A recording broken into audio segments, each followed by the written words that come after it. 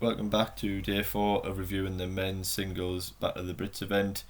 I'm also going to be previewing today's semi-finals and making my prediction for those matches. As expected, Andy Murray, Dan Evans, Kyle Edmund and Cam Norrie have all reached the semi-final stages, which means we've got two fantastic semi-finals coming up today. But I think it's worth adding that Paul Jubb and Ryan Penniston and Brodie and Ward have all played fantastic tennis during this week at times, and particularly Penniston and Jubb, players that we haven't seen much of. Two youngsters coming through after their success in American college tennis, and I hope they've gained a lot of supporters this week and people have enjoyed watching some of our younger players. And we start following those careers, and hopefully they continue to climb up the rankings. But starting off, looking back on yesterday, Kyle Edmund racked up his third win in the final round of group stage matches.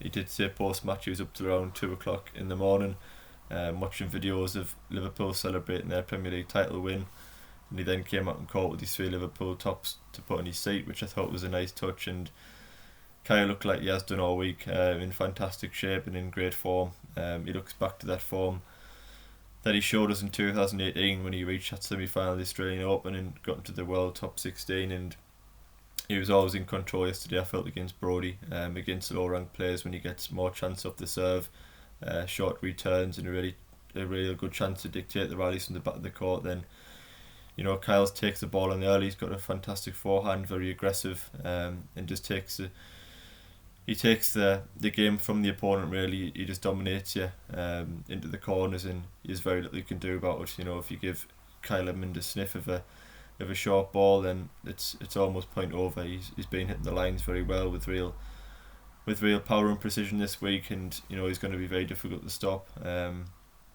He looks out to win this tournament as well and make a real statement before.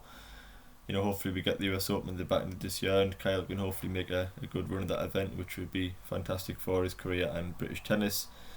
Moving on to Cam Norrie, who looked, I think, as good as he's done this week so far. He beat Paul Jubb pretty convincingly. Speaking of Paul Jubb, I think he struggled a little bit with fatigue. He hadn't played tennis for a long while before that opening match against Ryan Penniston the day before, and obviously went to 3 sets, and I think Paul Jubb struggled yesterday physically. Still played some good tennis at times, but he was never a match ready for Norrie, who looked in control throughout.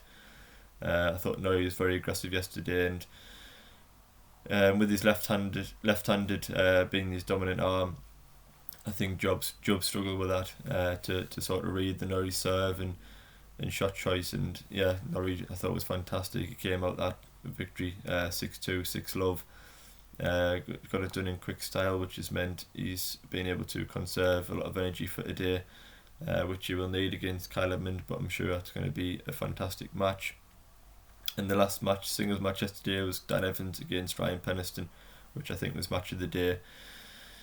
Penniston's ranked around 400 in the world, Dan Evans is ranked 28, and challenged the top 16 players over the past 18 months. So for Ryan Penniston to get a set on the board, I thought it was fantastic. I'm sure he's going to take a lot of confidence from that, and getting a lot of support from his tennis this week. I think he's been probably the standout performer of the players that you perhaps wouldn't expect to put up a challenge that he has. But I thought Penniston was brilliant yesterday. He mixed it up with Dan Evans and he matched him at times. I think Dan's class and changes up in pace and variety of shot got him through the match in the end. He played a very good match aside and tie break. But yeah, Ryan Penniston can be massively proud of his performance. He played a great match. As I say, took the set off a top 30 player, which is something that he hasn't done before in his career, and I think Ryan Penniston's a player that will climb the rankings very, very quickly. So moving on to the semi-finals. First off, you've got Kyle Edmund against Cam Norrie. I made Kyle Edmund a big favourite in this one. It's on a hard court. He's had a lot of good results on Grand Slams. On the hard court, he reached the semi-final of the Australian Open 2018. He won the ATP title in New York early this year on hard courts, and he's a lot higher ranked than Cam. He's got bigger wins. He's top 16 player, I think, Kyle Edmund, on his day, and he's beat some top 10 players in his time. And Cam's only 23. He's reached the top 100. He's had a very good past 18 to 24 months, and I think he's a player that could potentially get into the top 50. But right now, I think on form, And what they've shown this week, I think Kyle Edmund is a huge favourite going into that match, and I'm predicting Kyle to come through that one in probably straight sets and move into the final of the Battle of the Brits men's singles.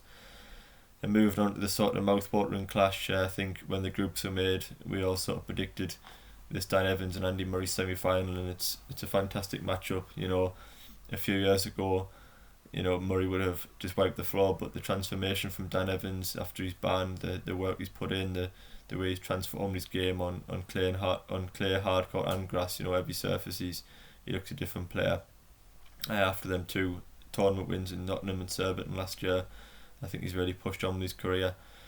In his varieties, backhand, the slices, change-ups, the serve he's got now, I think he poses a real threat to Andy Murray, and Murray isn't the player he was yet. I think Murray said himself yesterday, after two or three months of playing regularly, he would be hoping to really challenge his players and reach the business end of tournaments again. But right now, when he's not at his 100% best, he's not at his full match sharpness, and he's not able to push off the hip as much as you would probably like and be as aggressive as you would like, then I think you do have to make Dan Evans favourite, just simply for the fact he's fitter.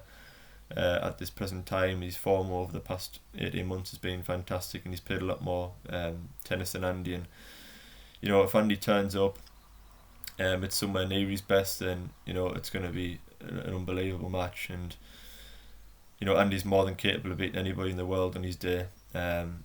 So it's a lot down to how Murray turns up physically. If Murray turns up in great shape and feeling good, hitting the ball well, perhaps being more aggressive off the backhand, something you mentioned the other day, then he's more than capable of beating Dan Evans. We all know that.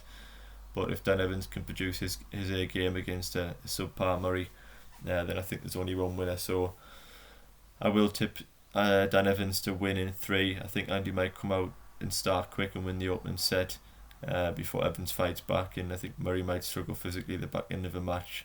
With a player like Dan Evans, it's going to be an energy sapping match, and I think Dan Evans might just come out on top, and I'm predicting the final to be Evans and Edmund. But yeah, we've got 2 fantastic semi-finals. I think it's been a great week so far for British tennis. Just hoping all 4 players today bring their A games and we get 2 fantastic semi-finals ahead of tomorrow's final. But thanks for watching the video again. Please like and subscribe, and leave your predictions if you've got any in the comments below. But I'll see you tomorrow to review the semi-finals and also look ahead to tomorrow's final.